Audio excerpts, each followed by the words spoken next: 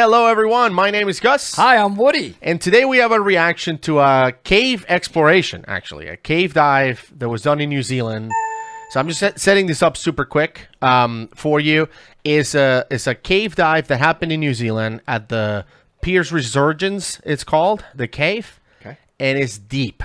Like, dude. How deep? Deep. I don't want more than 200 feet deep. Way more. That's deep. Way more. Okay. Yeah. So let's take a look because the character in this video. I mean, Eagle's Nest is 300 feet, and that's deep. This is almost triple that. Wow.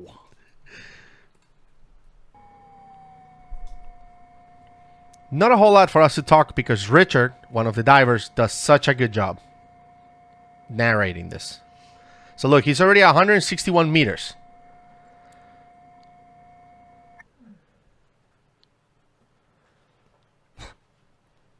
Wow. So here we are at the top of Stanton's hole. Still some line there to be seen. And I'm going to do a bit of a corkscrew as we head down the hole and Stanton's follow hole? Craig. So, Seacraft. DPVs. Go Stanton's straight hole ahead at this point. Instead of going down this hole, you'll go into what we call second breakfast, which Craig and I and then Dave Hurst and I explored in 2016 down to a depth of 229 metres. And I felt sure that this tunnel would connect up with second breakfast, but after this dive I'm pretty confident that it did not.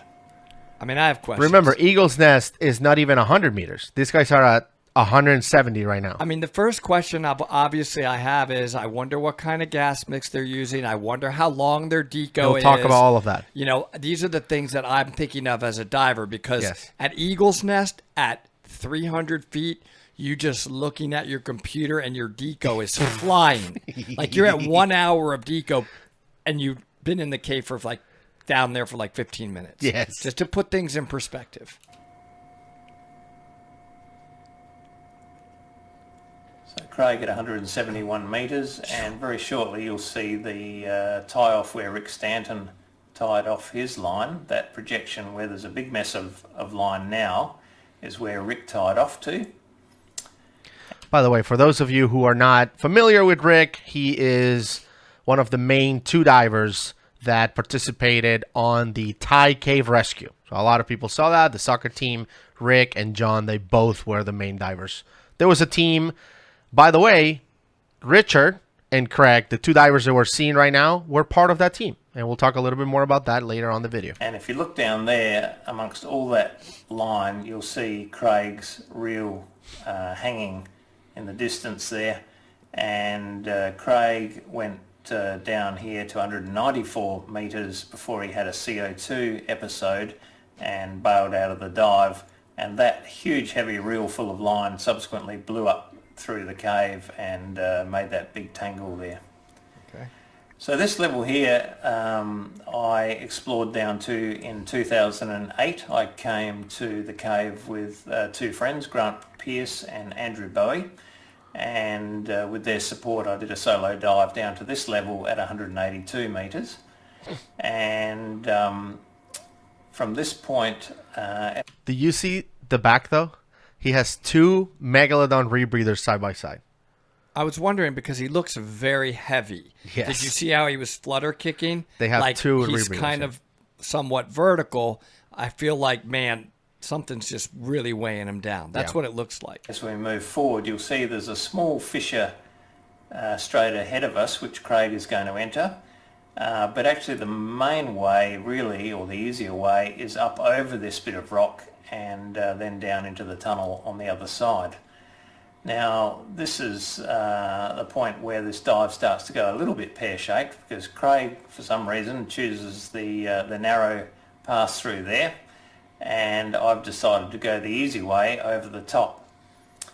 And basically, we're going to lose each other at this point because as I come over the top, Craig turns to look behind him and suddenly realises that I'm not there, and actually believes at this point that I've turned around and have exited the cave. So he sits there for several minutes, as you'll see by the navigation console. Now, there's a lesson right there. That's how fast you can assume the wrong thing by not having visual contact with your buddy. I mean, it's immediate. Like, immediately. That was 3, 4, 5 seconds, and you're at, I think they're at like 900 feet underwater. So 185 meters right now. Okay, so I'm just saying, like, almost 600. You know, you don't have time to like go searching for your missing buddy. It's like, wow, that's a scary moment. And these guys have decades of cave diving experience. These are not like some new explorers. These guys are elite cave divers. Display in the bottom left. And meanwhile, I assume that Craig has seen me drop down in front of him, and I merrily continued my way down to 200 metres here. Craig continues to sit at the 185 metre mark, thinking about what his options are, and eventually turns and heads up back to Stanton's hole. Meanwhile, I've headed back down, or continued down to 200 metres, and you'll see I shortly park my scooter on the rock and assume that he'll be right behind me, because the plan was that he would essentially go in front with me videoing.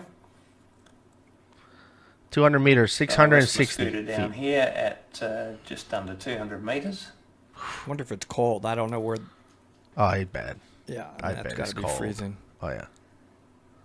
So Deco is just flying wonder right now. why I want to Craig see hasn't this. seen 660 feet? Dude. So, you know, for those that don't know what I'm talking about, is Deco, his time to come back to the surface, for lack of a better word or easy explanation, is climbing.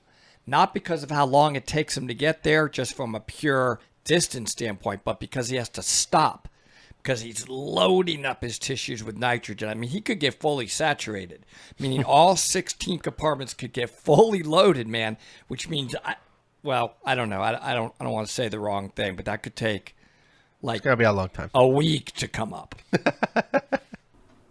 Turn my scooter around and shine the light optimistically up the hole. This hole is called the Well of Our Souls, and that's the spot where Craig had his CO2 hit. Yikes. So shining the light up the well, and no sign of Mr. Challen. So awesome, though. It looks amazing. Big. Big.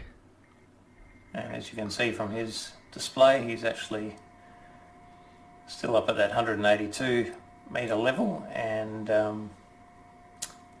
is still thinking about what the best plan of action is. Now, our rebreathers are not certified to go to this depth for a number of reasons, but one big one is that we have what's called a mechanical rebreather, where we have O2 that's trickling in.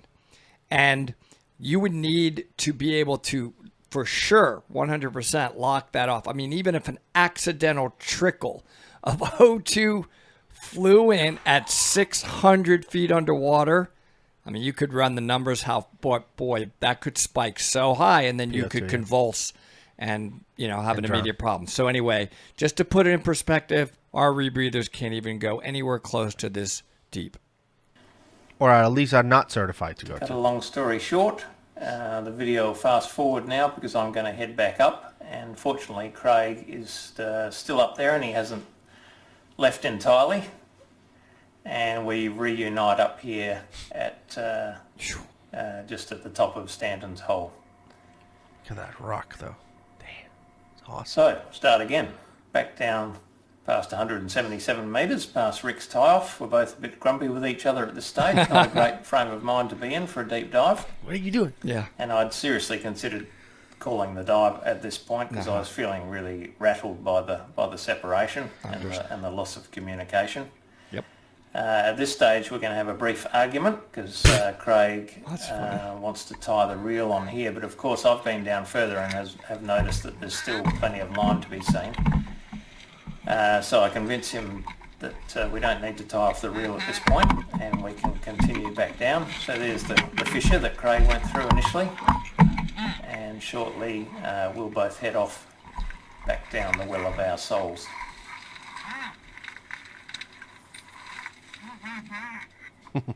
Hear the helium voices. Argument continues, and then we're off. bit more forwarding to get us back on track, and finally back at the 200 metre mark. Now the 200 metre point is where I essentially tied off and started my exploration in 2012, I think it was.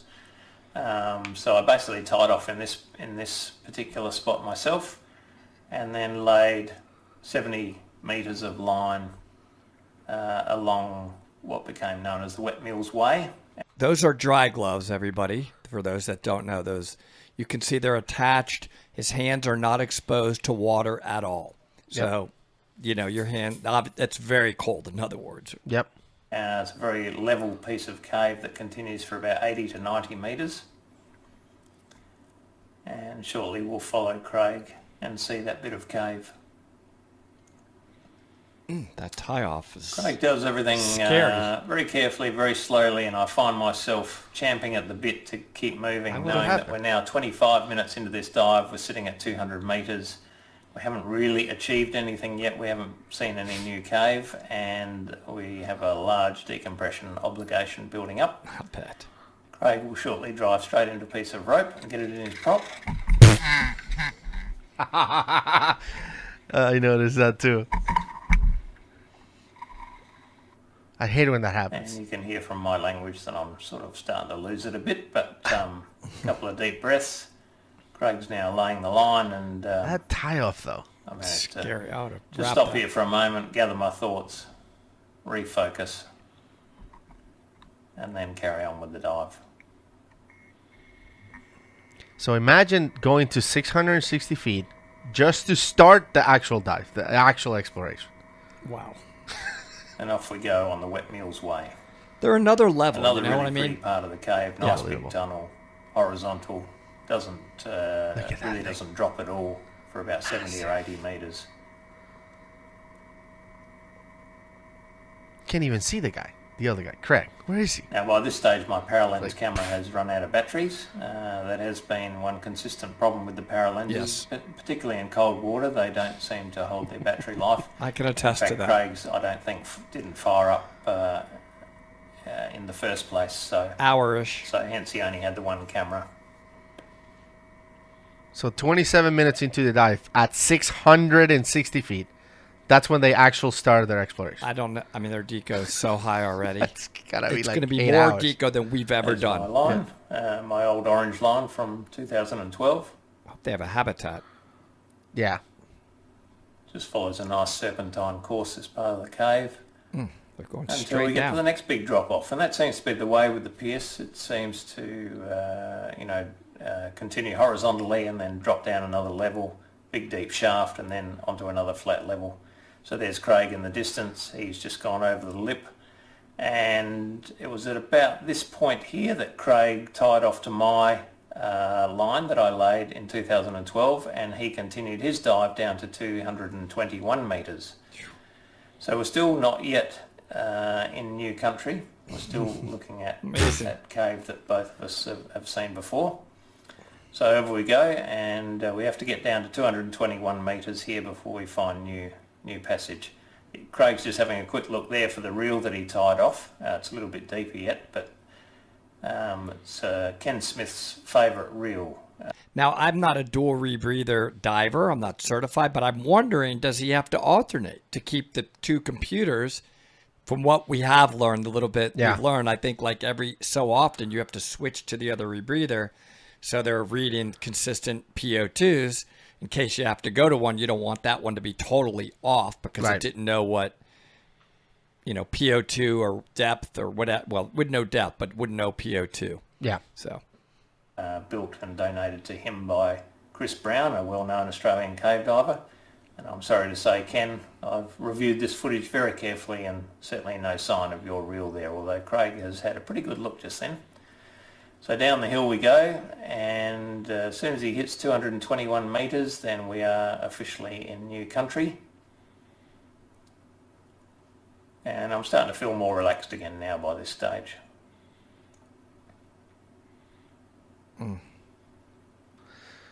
That line being a little If you sloppy can like ever that. feel relaxed in deep cave diving. Yeah. I agree with Richard. So right about there, I think, is where Craig would have tied off last time was actually on the left-hand They're wall. just- I mean, there's only a few in the world Give that him have a ever bit of done space. something Last like thing this. you want to do is bump into someone down here or get tangled in their line, so we tend to keep our distance a little bit. And now we're off. This is New Cave. Very exciting part of the Beautiful. dive. 29 minutes in. The longest we've actually ever spent down here, which is not ideal, but you know, we're kind of committed to a long decompression by now. Yeah, at some point you're like, okay, this is gonna suck, so whatever. I have 10 hours of decompression, whatever. Like, what's 11 hours? These guys are the most elite in the entire world, honestly.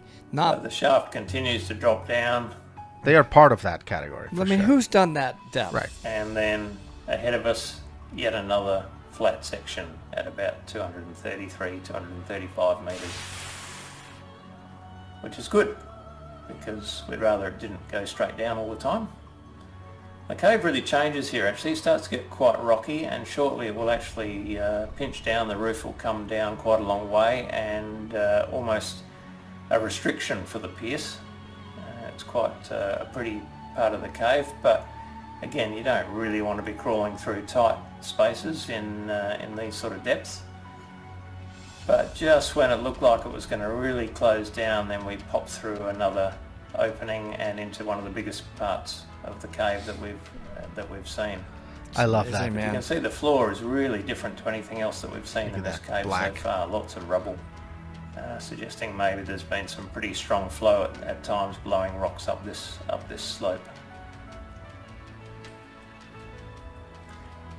Now we've passed the 229 metre mark, which was the bottom of the second breakfast tunnel, and this tunnel does not look anything like the lower levels of the second breakfast, so I'm absolutely sure that these are two separate tunnels.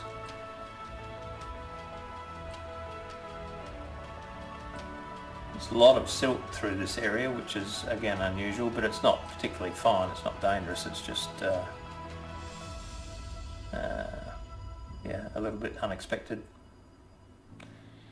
Brand new cave. Nice big ceiling hole, which initially I thought, well, maybe that is the way into the second breakfast, but as I realised we're at 240 metres here, we're well past the depth where that connection would have been.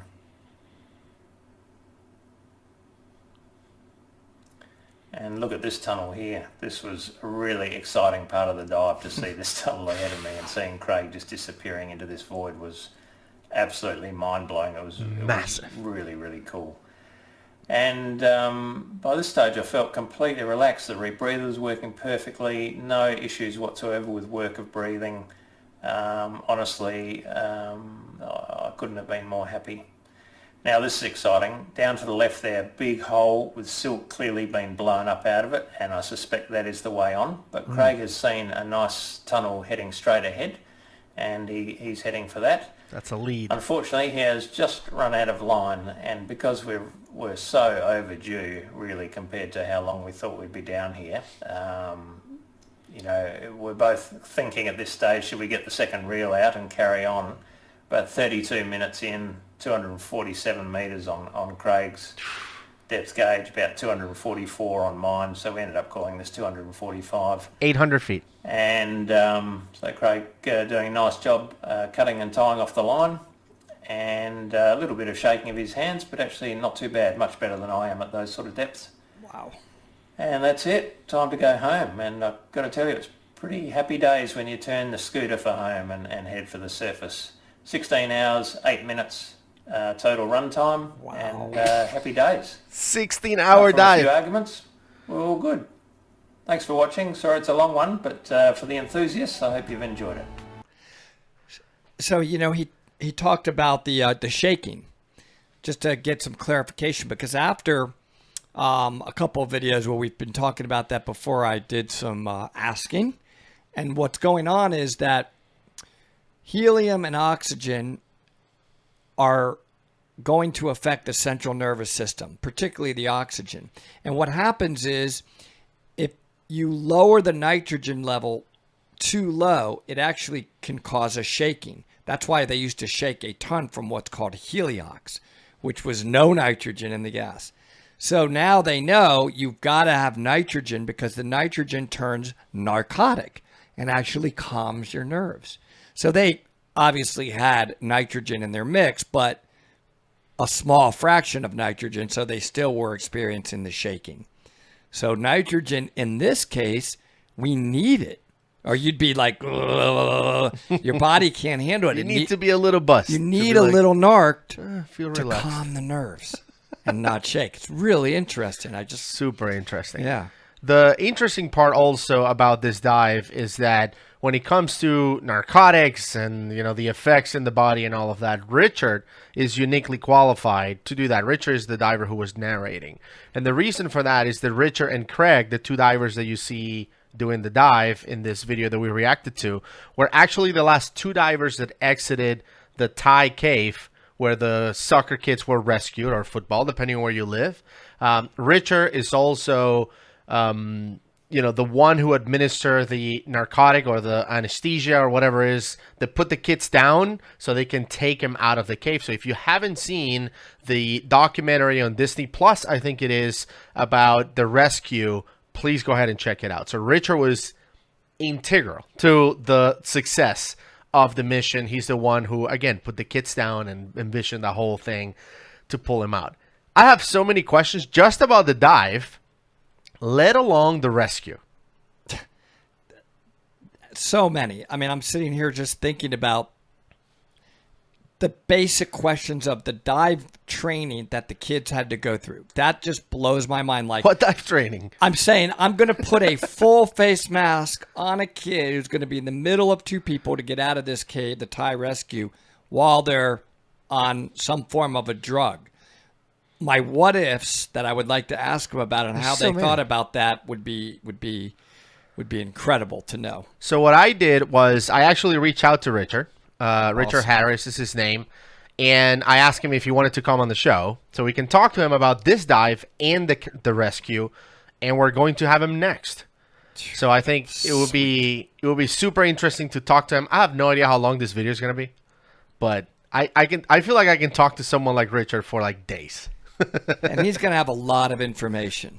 For sure. And we should let him give us all that info, and we may have to make it a couple parts because that's about as interesting as it gets. Oh my God. When you get to talk to somebody of his abilities and knowledge. Absolutely. And one of the few people in the world, but besides the Thai rescue, of course, who's going to 800, 900 feet cave exploring? Only a handful of people. Exactly. So we're going to talk to Richard next, but what I want you to do in the meantime is check to see if you're subscribed to the channel. Several more people have reported that I thought I was subscribed. Do you guys have multiple channels? Because I see that I'm unsubscribed. Weird. Like, what's going on? So go ahead and smash the subscribe button and stay tuned for the interview with Richard Harris. Hi, Harry. G'day, boys. How you going? I can't even believe who we're talking to right now, Gus. Arranged. You're talking to 2019's Australian of the Year. So show some respect. But I was planning on showing respect. You can believe that. I mean, Well, I'm excited to be talking to you guys too, by the way. What? Woody and Gus. Get out of here. Thank Guys are you, Dive but- Talk legends. Thank you. So yes, what an I honor. mean, Why don't first you- of all, we're talking to, for those of you Yeah. who are watching this video, Richard Harris, aka Harry. I mean, can you talk just a little bit about, besides being 2019's Australian of the Year with Craig, can you talk a little bit about what do you do and what would people know you from?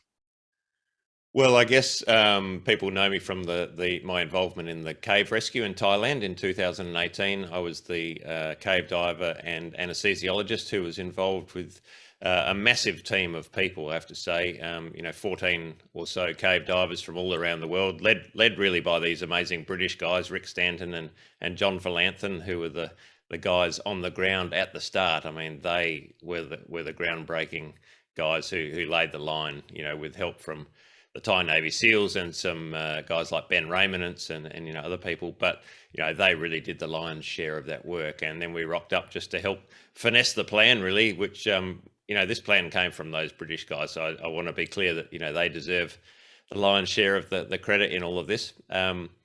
So that's that kind of has put me in the spotlight, I guess. But behind the scenes, like you guys, I'm just a keen diver and been doing it from about the age of, I don't know. I did my course when I was 15 years old in 1979, and haven't looked back. I just love it. Can't get enough of it.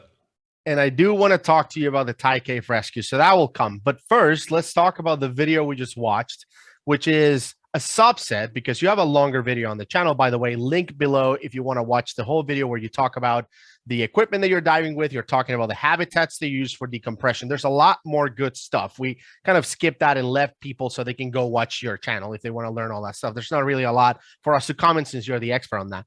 But the video that we watched was the 245-meter dive that you guys did at Pearse Resurgence, which was, it had, first of all, the mind-blowing part is how long it took you to get to the point where you start exploring. That was insane for us. We don't dive that deep. But then they get to see footage of Virgin Cave, basically. First time you guys going in past the 220 meters or something like that.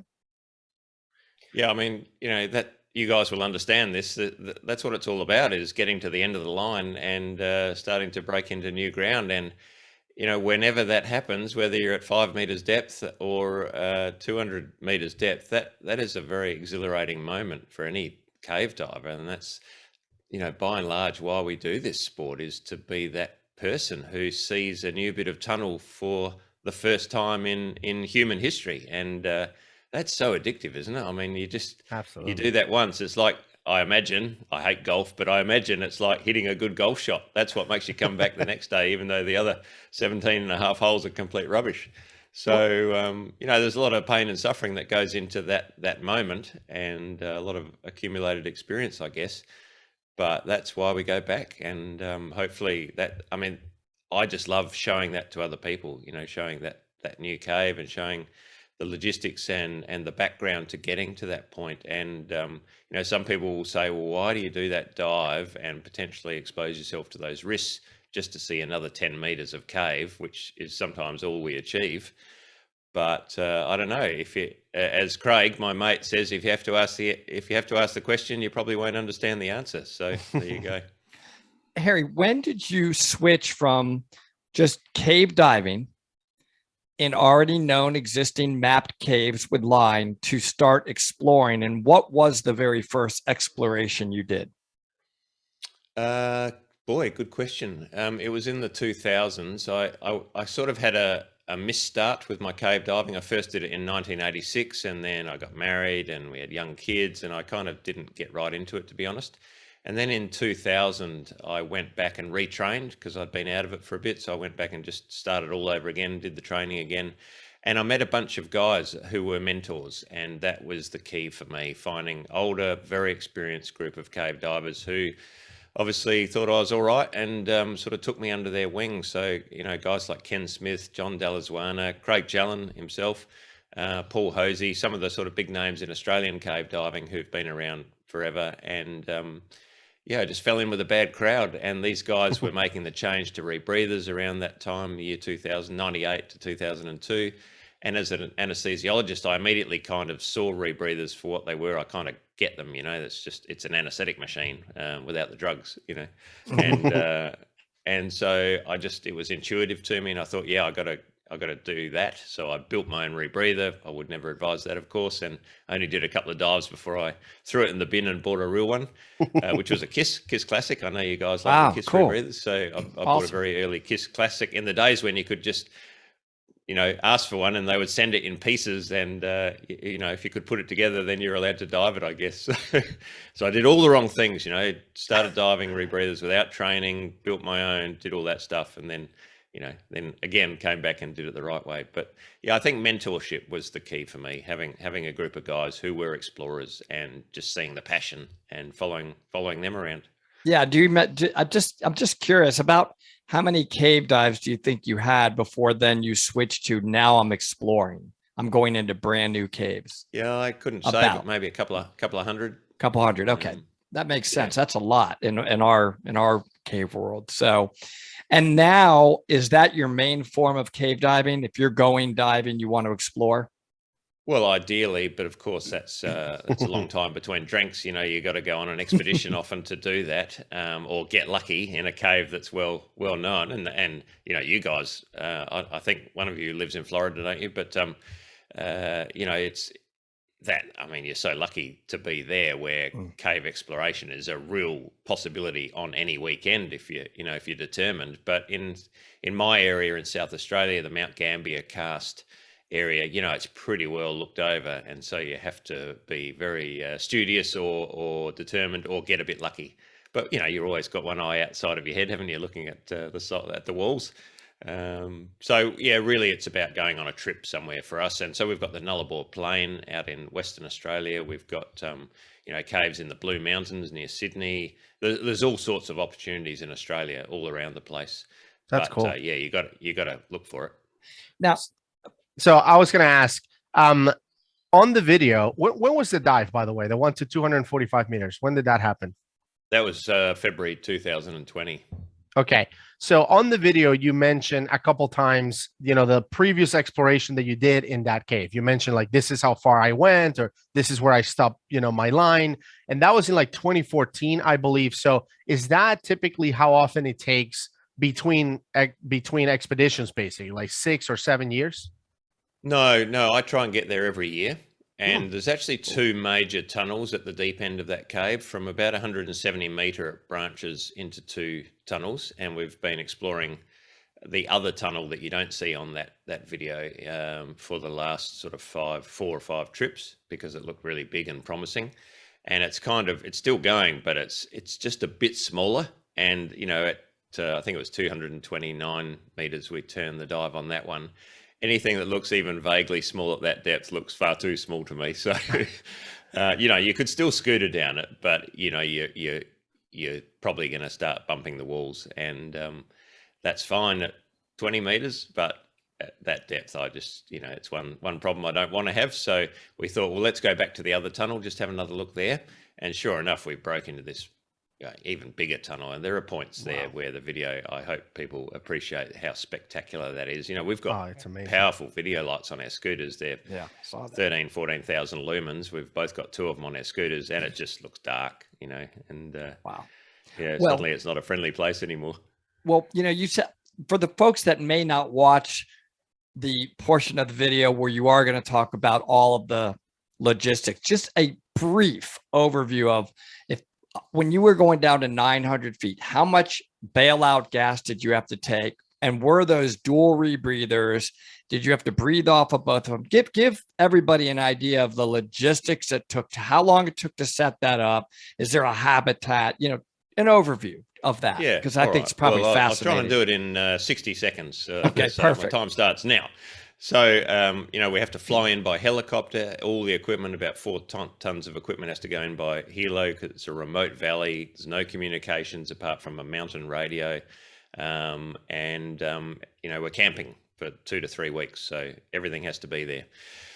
We're diving with twin rebreathers, because we got to about 200 meters and started to realize that open circuit bailout was no longer logistically feasible, because I think I calculated 28 cylinders to get one of us back to the surface. And that's a lot of money, a lot of cylinders, a lot of gas. And when that gas has to come in by helicopter, that suddenly means 2 more helicopter trips, which means another $2,000. So, you know, suddenly it was starting to tip in favor of, we need another solution. So Craig was the first one to twin up the Megalodon rebreathers, and he has really led the way on that. I stuck with a side mount rebreather as my bailout for a long time, but I increasingly became concerned about the work of breathing at depth on the side mount, if that was the go-to solution. So I joined him with the twin Megalodon, as another friend of ours, Dave Hurst, did. And so 3 of us have been doing the deep dives with those for about the last 5 trips. And the other solution, again, this came from Gollum Gear in your part of the world, from Jake, the twin mouthpiece, which joins those 2 megs together, which again is extraordinarily clever. Wow. And that was just a prototype that Craig managed to prize out of Jake's hands, and then we copied it, and we've built a couple more of them using 2 shrimps sort of machined and joined together. So wow, that's awesome. A bit of MacGyverism goes into all this. I've never seen those. Now well, I was going to ask rebreathers. Yes, Yeah, go ahead. I should have prepared and had a photo ready to flash up. Maybe I'll send it to you afterwards. So So now I've got basically, two proper rebreathers ready to go. so you're basically able with a lever to switch between the rebreathers, or are you Yep. breathing through both of them? So the second loop is open but not accessed once we start diving, and the first loop we're on, we can just switch that switch, and it puts us on the second loop straight away. But it also equalizes the gases between them, and you can just do a quick check to make sure the second loop is functioning. It's got a breathable gas and it's not flooded. And so we just do that every 50 meters or so as we descend. There you just go. to make sure. Oh yeah, my little friend's still happy there. He's still ready to help me out if needed. So is the dive computer reading the loop of both of them simultaneously? Is it staying the same gas? Okay, yeah, go ahead. No, so the primary loop has active monitoring and decompression on the nerd and on a handset, and the secondary loop we just have other computers with a fixed set point, and we'll just have to pump the gas up to that set point if we change loops. But that's a minor inconvenience. I have so many questions. So you're not just in general, you're not having to, like, every 10 or 15 minutes switch to the other rebreather and breathe off of that one to sort of keep the gas and the inside of the loop the same. No, because it's automated. It's automated. We maintain the other loop at minimum PO2, basically, just so the solenoid's not firing constantly. And I mean, it will be firing because the diluent's so hypoxic. We're using 4% oxygen and 91% helium in our wow. That's why the shaking was occurring. So basically that other dive computer, and then I'll get off this line of questioning, is it knows that that's what you were going to keep that minimum set point at, and obviously that would severely affect your deco. It would be much greater since it's a lower set point. Well, right? Yeah, not really. So that secondary loop is just doing its own thing. I don't even know what the PO2 in it is. It's maintained at 20%, say, 0.2, sorry. And my backup computers are set for 1.2. So if I swap to that loop, I look at my handset, it's reading 0.25, right, squirt some oxygen in, get it up to 1.2, and let's go home. Makes sense. That's really cool. So you're not taking turns. You only bail out to that if you need to, and get it right to the. That's our approach. I mean, it just keeps it a bit simpler. Yeah, okay. and they bump it right up to that PO2. Now that dive computer is where it should be. Right. So that makes a lot of sense. Thanks. That's I can talk about this like for a whole day. Well, we don't want to because we'll lose. Well, yeah, too technical. I know that they would want to know the overview of it like that. Have you ever encountered, I would call it what you would define as a problem at depths, at those kind of depths? And what was that problem and how did you deal with it? Like where you thought, and I'm just going to be blunt, like I may not make it. No, not that I may not make it, but I've had some big frights down there. So a regular occurrence is things imploding, and it's usually bits of flotation or buoyancy on the scooters. But, a fishing float that's this big, when that goes off at 220 meters, it's like a pistol shot ringing out, and you just go, shit, what? Am I okay? Is my head still there? Yeah. And then you go, okay, it's just a little float, but it absolutely, gives you a fright. Yeah. I've had lights implode on numerous occasions, the video lights on the scooters, and that has the double effect of everything goes dark as well. So that's not much fun. So lighting actually is becoming increasingly a problem. So we've actually just had some lights made for us, which are rated to 500 meters, and they were made by Ron Allum, who's the guy who built James Cameron's submersible to go to the Mariana Trench. So we're relatively confident they will work. So Ronnie's an old cave diving mate of ours in Australia, and he was actually my open water instructor. But he's another amazing story. But so he builds cool stuff. If you want things to go to the bottom of the world, he's your man. Gotta get a case for our camera because Gollum Gear makes those 1,000 feet GoPro cases. Yeah, that's what we use. Amazing. Yeah, that's our go-to housing. Yeah. Okay. Well, so a question about the dive that I had is at some point in the dive you're going and then you look to the left and you're like, here's a really cool tunnel, but we're not going to go into it. We're just going to keep going. And I'm like, no, stop, go. There's a big tunnel. Like it was lower to the left, I think, or something. No, it was like well, on the that's left. the final. That's the final point of the dive, yeah. Yeah, and it was like, oh man, how do you resist the urge to be like, you know what? We're gonna do 24 hours deco. Like, I don't care. Let's just go that way. Let's go that way. It's just hard. Well, And how long was the deco, by the way? 15 and a half hours. Jesus. In a habitat. So it was, yeah, so we've got 4 habitats in the cave. I mean, people will be familiar with habitats. I mean, you've got amazing guys, friends of ours and yours probably, from Cast Underwater Research over there doing extraordinary dives in Wiki Watchy and those places using habitats. And we share a lot of information with that team, and they've taught us a lot, to be honest. But one habitat's not enough for us because it's 4.5 hours for us to get back to 40 meters, and the water's only 6 degrees. So 4.5 hours is about my limit, in the water. It's starting to get pretty uncomfortable. What is that That's Fahrenheit? the last thing you want. It's like 40. 40. Okay. Yeah. Yeah. So that's the last thing you want when you're doing decompression, is to start getting cold. And so our first habitat is at 40 meters, which is 130 feet or something. And so we jump in there, and it's just a little white box. You probably see it in the video as we descend, and it's very close, like we're in each other's faces. We've got these little chest mount rebreathers hanging from the ceiling. It's just a complete cluster. It's horrible getting in there. We have support divers to get rid of our twin megalodons to make sure we get in there safely, and then they leave us to argue in the little white box, which we're very good at. And For hours, and then we go from there. We go from there up to 28 meters, another habitat. Then from there up to 16 meters, which is our first luxurious big orange parachute habitat, which has got a scrubber in there and an oxygen supply. So it's basically we can take everything out of our mouth and have some food and drink and relax and talk for the first time. Nice. And then the final habitat at 7 meters. Yeah. So Wow. 20 feet. It's just That's it's amazing. And those habitats, we haven't made a video on those. We have to make one, because I've seen the KUR, which you mentioned, habitats. They do live streaming from them. They call them habitats. They're pretty awesome. Yeah, we do pre-recorded habitats, and we send it to those guys just to try and outdo them. But they're way ahead of us with, they got fiber optics and it's amazing. Then we're live streaming from whatever 20 feet, and doing our deco stuff. It's pretty cool. So we got to do a video on that. We're actually going to an expedition pretty soon here within the next couple months at Roaring River. Mike Yonk is doing the exploration there, and he has a habitat there. So we should definitely check those out and talk about it. We're going to do some funny stuff in there. But all right. So then you come out, you get out, and at that moment, are you already saying to each other, when are we going back? Like, is that how quickly in your minds? No. No, really. That pain takes a long time to wear off. Okay. My internet's being a bit scratchy here. I just wonder if I might just.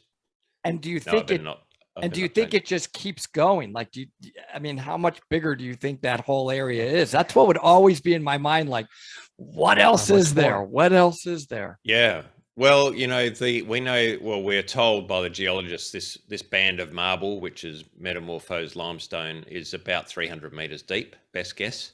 So, it has potential to go deeper. Wow. What I'm curious about, of course, is where this water is coming from. And we've done dye tracing from a local cave and also up in the mountains to establish that, so we know where it should come from. But at the moment, the cave is heading 180 degrees the wrong direction. So, in my mind, it would just be nice if we find the point where the cave turns around and at least starts going the right way. Mm-hmm. And then maybe I could feel better about walking away from this project. But it's getting a bit stupid, let's face it. So you're going back, I can tell. That's awesome. We're going back in February. I knew it. You see, we should tag along. Like, I'm happy to just grab the rebreathers and take them to the surface. Like, I can be that guy. Rebreather, pick it up. Come on down. I will make. Do you understand the peanut butter and jelly sandwiches that I can make you? Oh, we call it jam here, not jelly. But yeah, I love that. That's my talent. I got something to offer. Definitely. Now let's switch gears a little bit and talk about the Thai cave rescue, because I also have a lot of questions about that, and I know people watching this, I want to learn about it as well. The documentary on Disney Plus here, at least on the US, called The Rescue, they did a great job. For me personally, like, when I finished watching that, I'm sure you watch it as well, Harry. At the end of it, I felt proud to be a cave diver. Like, for the first time, I'm like, wow, like, these guys did such a good job to kind of share the fact that they are normal guys, like they install electric cables and they're accountants and they're like regular people that have this amazing set of skills. They were able to use them to do something good, like bringing those kids out. But how did you get involved? Like, who called you? Like, out of all the people in the world, like, by the way, they were lucky that whoever figured out the idea of, bringing anesthesia for these kids and kind of put him to sleep as you take him out so they don't panic underwater. The fact that someone like that exists who happens to be an elite cave diver like you, how did you get involved? Yeah, well, I've had a long-standing interest in cave rescue. I've developed a course in Australia for sump rescue, and I started doing that after a trip in 2008 when I was in a very remote chamber, dry chamber in a cave, walking around carrying tanks and hopping from boulder to boulder, going, if I fall over here, how is someone going to get me out? We were like 4.5 kilometers underground at that point. And I actually said to Craig, how will someone rescue one of us if we break a femur or something, So with that in mind, I started to go home and talk to people, and then we started to practice. We got the police divers involved, and we set up this big weekend where we ran some drills and stuff, and we realized it was a big problem. It was really hard. So I developed a course, which I've been teaching in Australia and New Zealand since that time, and so we've got this capability, right, which we'd never used, but I sort of was feeling like a fireman who'd never been to a fire, I want to get the hose out. So put me in, coach. So I had a pre-existing relationship with Rick Stanton. We'd been on a couple of expeditions together. In fact, he came to the Pearse Resurgence with us one year. He did this mind-boggling dive to 177 meters. He just blew the whole place apart.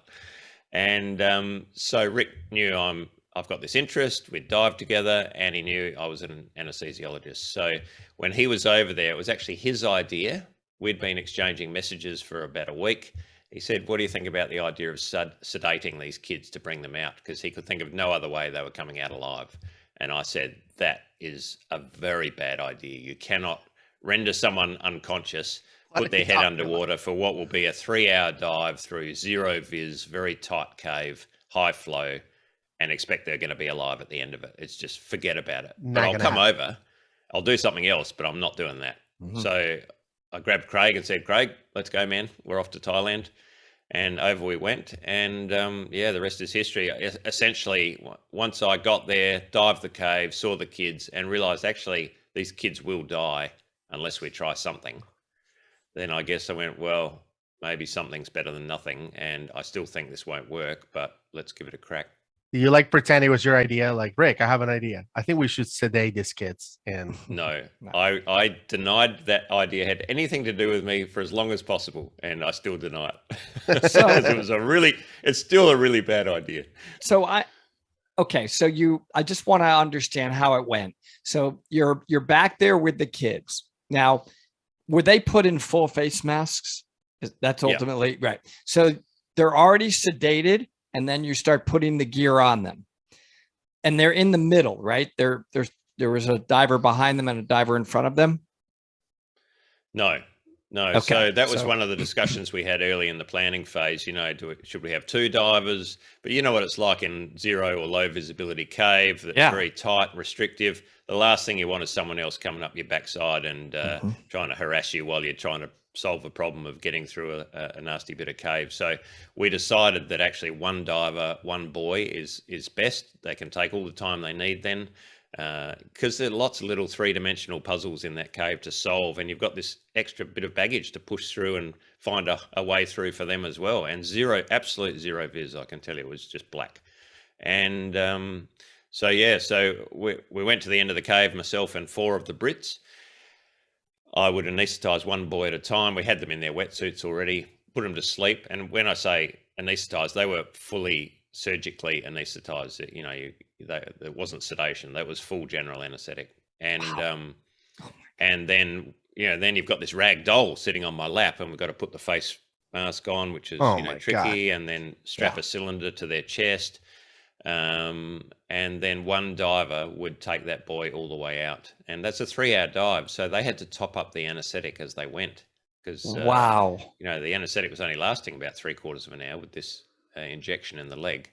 So I had to teach them all how to be anaesthetists as well. I mean, these guys are incredible, seriously. Yes. So, Absolutely.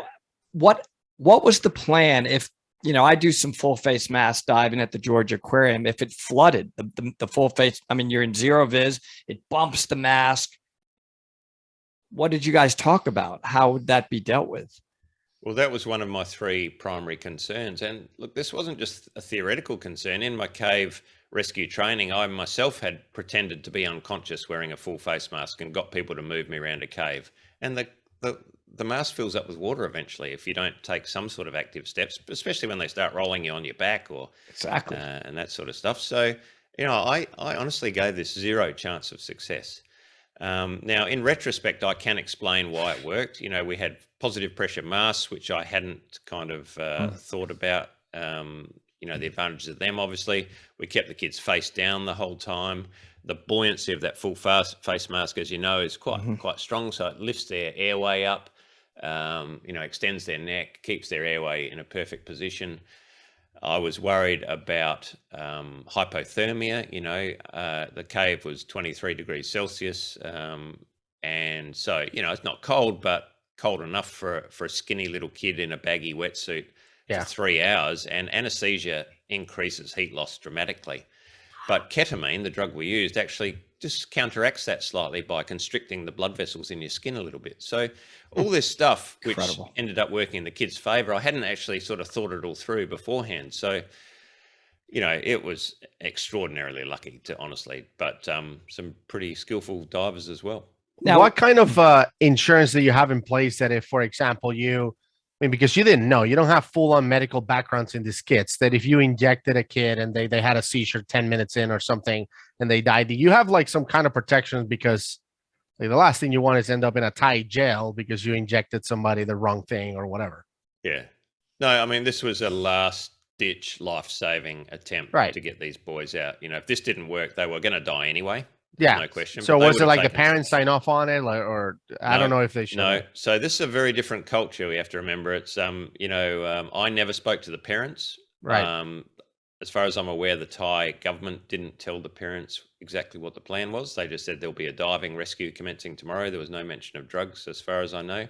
Good. And the Department of Foreign Affairs, the Australian government, actually came up to me on the morning of the first rescue day and did say to me, look, we're actually just a bit concerned if one of these kids dies, you might end up in a Thai prison. Yeah. And I went, great, thanks for that. Look, I haven't really got time to think about that right now, but I'll just have to trust you guys to get me out of the country if that happens. So there was some concern, but look, what are you going to do? You just got to get on with it. Well, was there ever... Why did you all go with the drugging route? We haven't really talked about that. Why did you decide to drug them? I mean, would these kids, like when you talked about the potential plan with them, were they freaking out and you were like, there's no way these guys are going to do it unless we drug them? I'm wondering what the decision was. Yeah, no, I mean, it's a very good question. There's a lot of detail in the background to all this to sort of explain the ultimate decision. But in a nutshell, first of all, the kids they'd been in there for 15 days, I think, by the time the first rescue day came. And honestly, I could have said to them, tomorrow I'm coming in, we've got a flying carpet and a bunch of elephants and we're going to fly out and you'll all be fine. And they would have gone, let's get on with it, because they just wanted to see their mums and dads, right? Yeah. And they knew they were in very, very serious danger. When I explained this plan to them through one of the Thai Navy SEALs who spoke English, so he was interpreting, I was watching the kids' faces and they were just like, yep, no worries, let's do it. And honestly, I could not have dragged those kids kicking and screaming to the water's edge and assaulted them with an injection. I was not prepared to do that. Right. So I had to get their trust. And I guess that's hopefully one of the skills, as a doctor who looks after children, sometimes that, you just have to gain people's trust in a short period of time. That's one of the jobs of the anesthesiologist. So that's something I worked very hard on. And at the end, I think they just would have accepted any option to have a chance to go home at that point. They'd had a very bad time, 10 days with no food to start with no hope of survival until pitch black, right? Complete darkness. Yeah. I mean, they had some lights still working, but they were careful to conserve them. But that's amazing. I don't want to skip over that. That psychological bonding that you were able to do with them is a skill that you brought that it's just amazing that existed in you, that you had that ability. So to Gus's earlier point, not only are you an amazing cave explorer and happen to be an anesthesiologist, but you have the ability to gain their trust. That's why I wanted to go down that path, because I mean, that's incredible. Just imagine having to tell a child, I'm going to put you to sleep and take you out underwater in a cave, and you just got to totally trust me. I get it that was their last hope, but all of them did it. All of them went with that. So, well, it might say something more about them than me in a way, Woody. Both, I mean, these are incredibly resilient, courageous children as well. They've no doubt. They've had a tough life. They're refugees from Myanmar. Life hasn't been easy, and they're used to things being hard for them. So, there's a lesson there for all of us, isn't there? Do hard things and make your life a bit challenging if it's not already, because one day you're going to have to show a bit of courage and resilience, and that's a very good point. Prepare. Yeah, it's a very good point. Equally, they get equal credit for sure. And it also speaks of the quality of the people that we have in the cave diving community as well. I mean, we have some amazing individuals like Harry and Rick and everyone who was involved in the rescue as well. But, I don't know why cave divers have this rep of being just insane, living in the edge, crazy driven people that do this, suicidal activity. And the thing that I've found since I became a cave diver is that it's actually filled with professional, super smart people, caring people like you, Harry. And, I think the documentary also did a good job on that, like shining light on, these guys just have the skills to do this thing. They're not crazy thrill seekers. They know what they're doing. So that was really cool. Is there any continued communication with you, with the coach, with any of the kids and so forth? Any of them want to become divers now? Anything like that going on? Yeah, a little bit. Look, I follow them all on Facebook. There's no common language, so it's a little bit hard. And but I've been back to Thailand twice and seen some of the boys and their parents now. I've had a chance to speak to the parents at last, which has been pretty emotional, I have to say. It's been really nice. Wow. So, look, I asked them, anyone want to be a doctor? Anyone want to be a diver? No, they all just want to be professional soccer players. That's right. Yeah. Okay. They're normal kids. That's awesome. What other projects are you working on, Harry, right now in terms of cave diving, exploration, and all of that? Yeah, well, the Pearse Resurgence is really our signature project. It's a shame we only get to do it once a year, which means we have to get all this cumbersome equipment out and dust it off and try and practice and get up to speed with it again for an annual trip, which is not really the safest and best way to go. And I do want to point out just quickly that video that we're talking about at the start of this is not the exemplar of quality cave diving. There are a lot of mistakes in that video, which is one of the reasons I put it up. I called it a warts and all look at that dive. We had communication problems. Our line management was appalling. We've gone back and watched that video several times, Craig and I, and we've got a lot of stuff to sort out before we go back down there. And so, I don't want people to watch that video and go, this is how it's done, because there are major problems in that dive, and a lot of which I'm not proud of or pleased with. We need to do a lot better to keep ourselves safe. So just keep that in mind when you watch that video. I'm very open to feedback and criticisms, and I think it's important reason to share that sort of stuff, is to say, look, this is an amazing project, but there's some problems here that we need to look at too. It's funny, we believe in that. Like Gus and I will put ourselves out there in our most horrible cave moments. And I love that attitude. We noticed, like, on your first tie off, like it wasn't double looped or whatever. And we were like, oh my God, is this thing going to come off?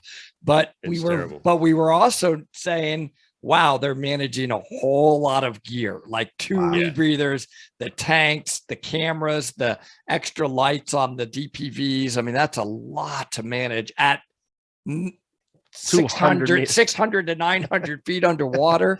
Yeah, you did a heck of a job. But that's why you have to be above perfect when you're doing that dive, because there are so many hazards down there.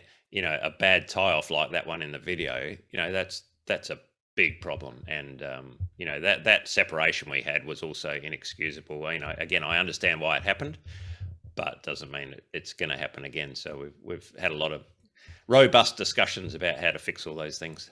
So February is coming up, back to helicopters and 4 tons of gear and a ton of people there to hopefully push the line a little bit further and maybe explore some of these other passages. People watching this are going to be like, wow, so these guys are doing all of this camping out there just to be able to dive, putting themselves at risk, putting all these habitats. They must be getting paid millions to go do this exploration. Hang on. I'm paying millions to do this expedition. I forgot it's the wrong way around. Exactly. So it's one of those where, we always get the question. It's like, wow, you guys do all of this. You must be making so much money. It's like, we must be sponsored. Well, I got this hat from Scuba Pro. So good job. That's better than us. Yeah. So, more than it's us. starting to reap rewards. There you go.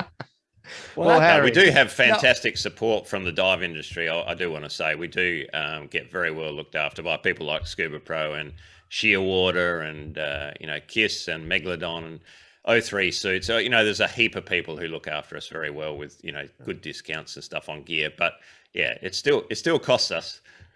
What can we send to accessorize, like Dive Talk, sponsor one of the habitats more than stickers? Have you got I love free stuff. Have you got a T-shirt or something like that? Yeah, we will. Yeah, we're gonna hook you absolutely. up. You absolutely deserve it. And but it's in you. It's just look, there are explorers in the world and they are driven to explore.